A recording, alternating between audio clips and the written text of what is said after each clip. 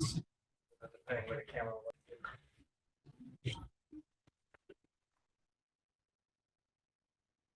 This is the Diman Regional School Committee meeting for February 13th, 2025.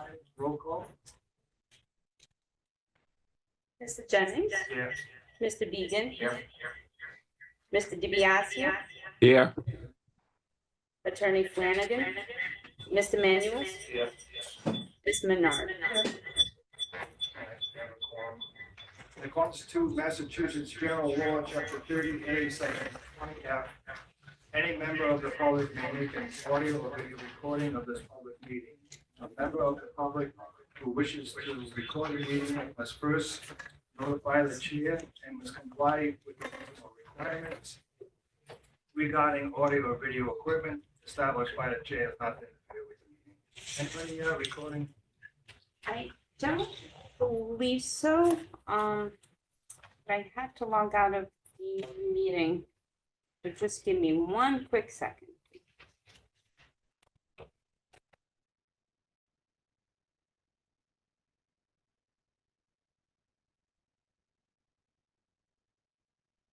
Recording in progress.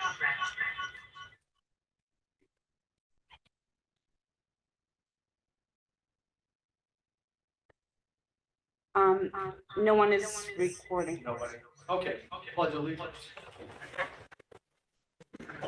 Pledge allegiance To the flag of the United States of America and to the republic for which it stands, one nation, under God, indivisible, with liberty and justice for all.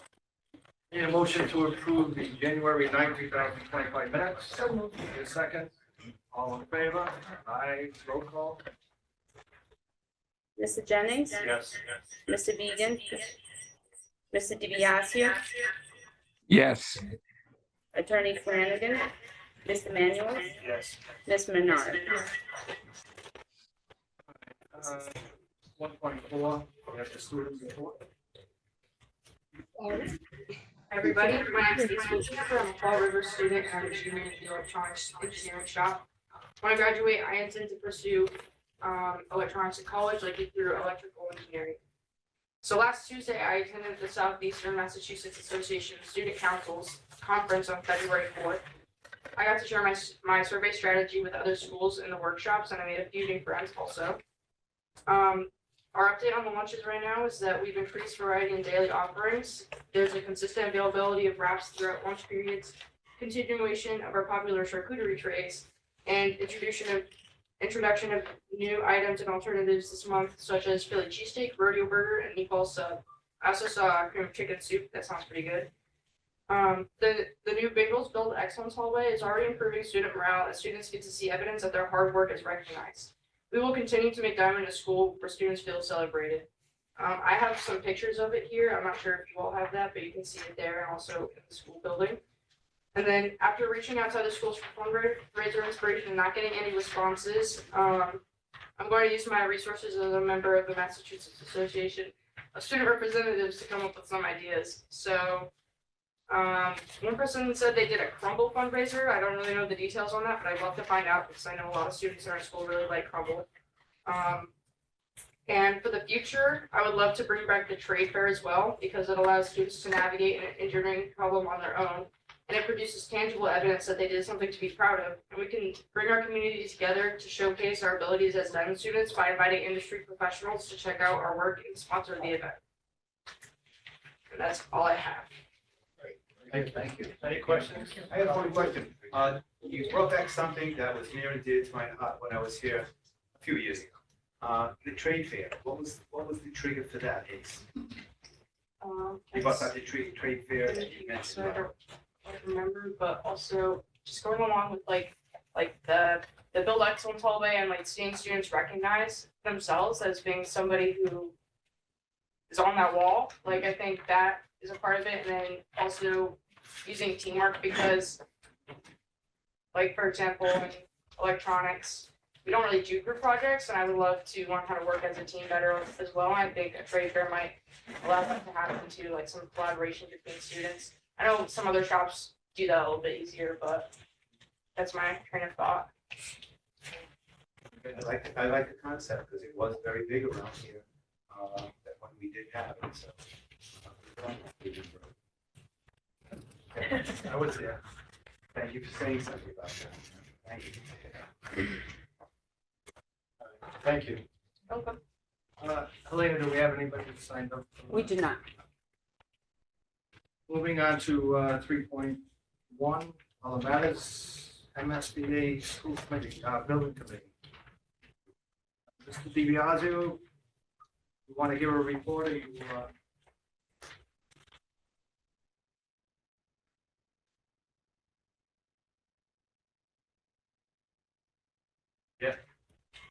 Mr. DiBiaseo, are you there? I don't think he is. lost? I think we did.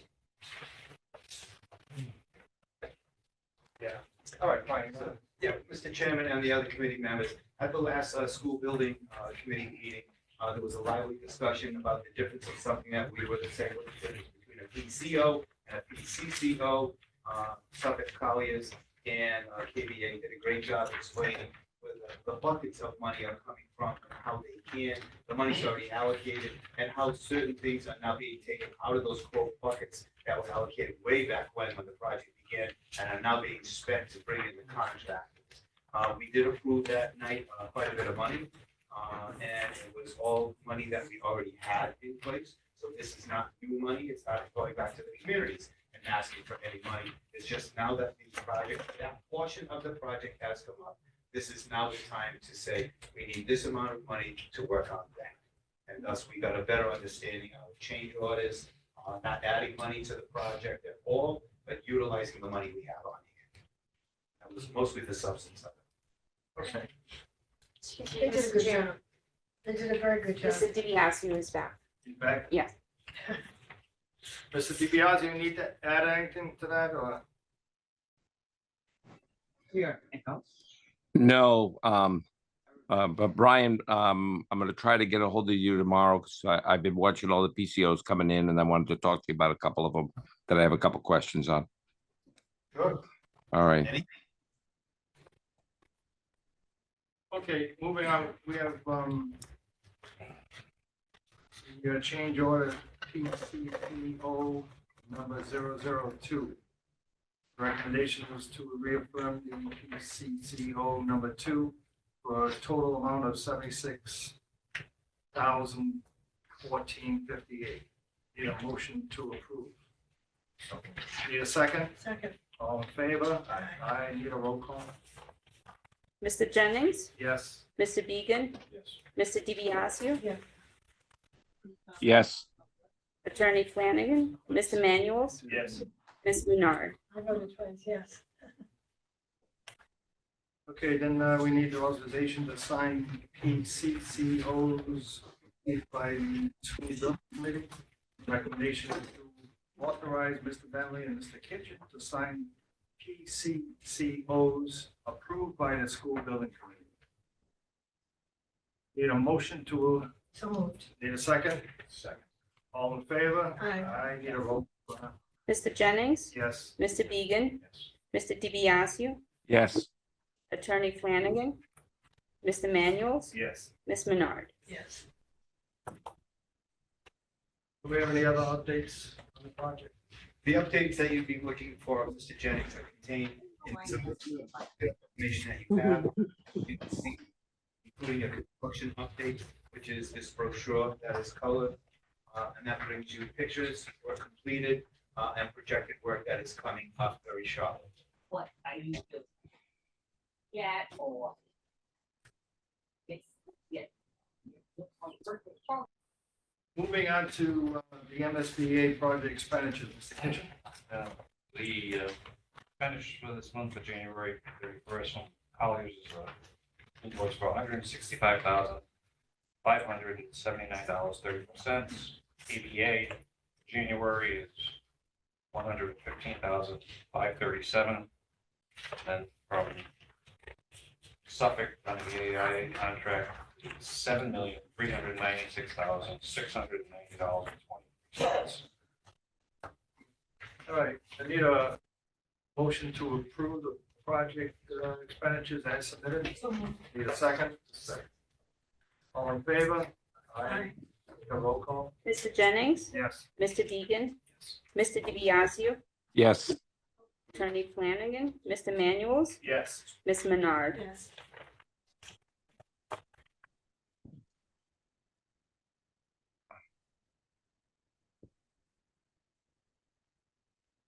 Okay, moving on to 3.1 other matters, B personnel, Mr. Bennett.